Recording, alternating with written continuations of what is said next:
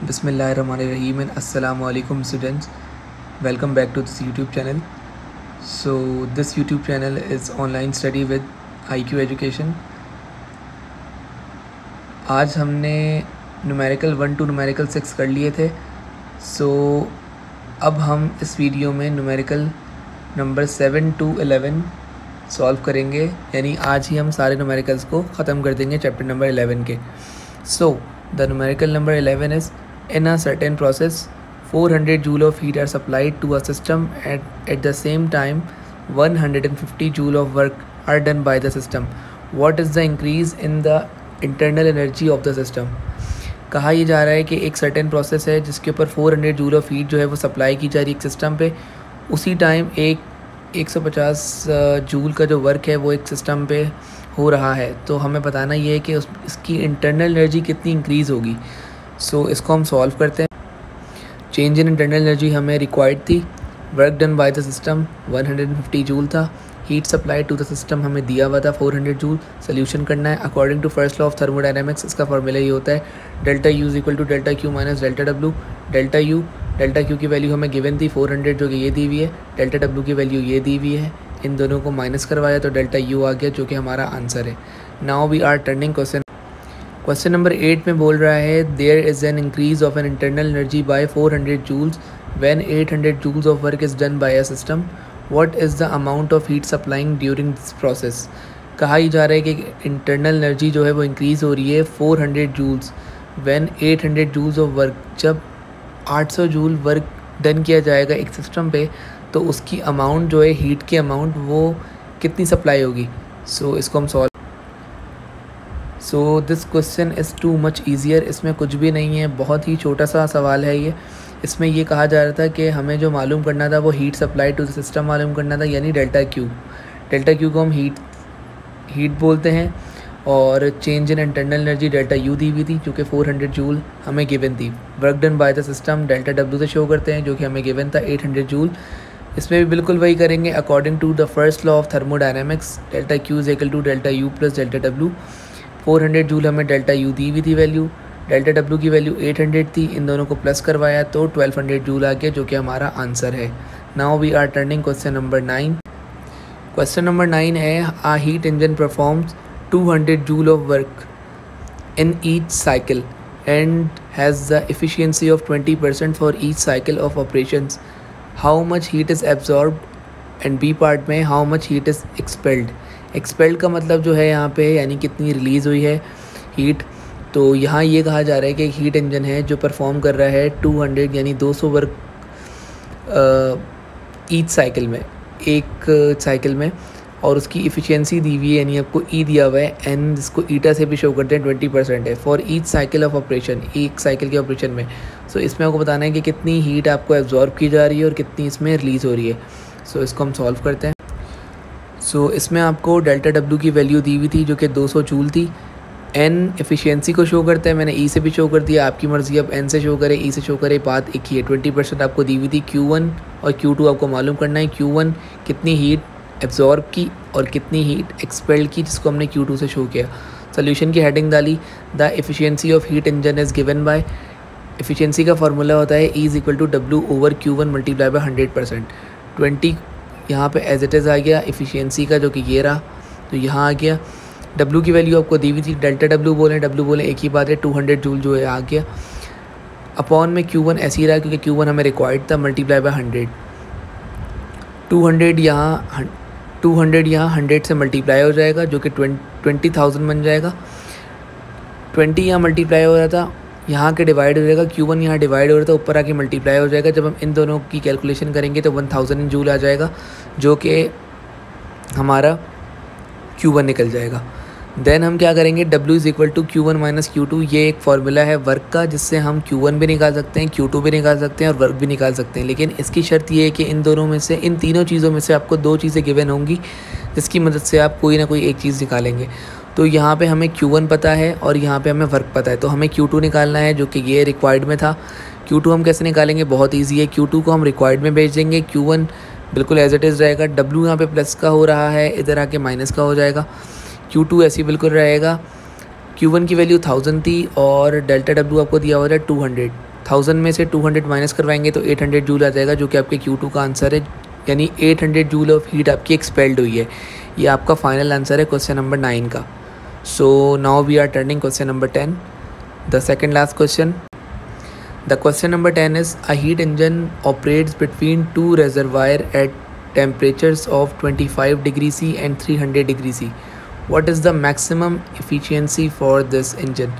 कहा यह जा रहा है कि एक हीट इंजन है जो ऑपरेट किया जा रहा है 2 रेजरवायर के दरमियान, जिसका टेम्परेचर दिया जा रहा है 25 डिग्री सी और 300 degree C. What is the maximum efficiency? इसकी मैक्सिमम ज़्यादा से ज़्यादा एफिशिएंसी कितनी होगी? तो हमें एफिशिएंसी इसमें निकालनी है। बहुत सिंपल सा सवाल है ये, हम इसको सॉल्व करते हैं। तो क्वेश्चन नंबर 10 में एफिशिएंसी निकालनी थी, जो कि ये रिक्वायर्ड में आ गई है। T2 आपको दिया हुआ था 25 डिग्री सी प्लस 273 केल्विन करना लाजमी है।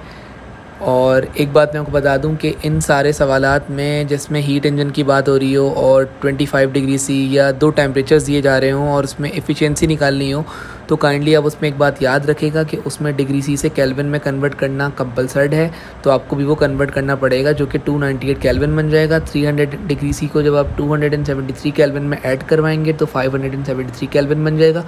एफिशिएंसी आपको रिक्वायर्ड थी। सोल्यूशन आपने हेडिंग डाली, the efficiency of a Carnot engine is given by. Efficiency का फार्मूला होता है 1 - T2/T1 मल्टीप्लाई बाय 100। वैल्यू आपने बिल्कुल डिट्टो पुट करवाई, जो सवालात में है बिल्कुल देख के आप पुट करवा देंगे। T2 की जगह T2 की वैल्यू आ जाएगी, T1 की जगह T1 की वैल्यू आ जाएगी, मल्टीप्लाई बाय 100। अब इसकी कैलकुलेशन किस तरह हो रही है इसको समझिएगा।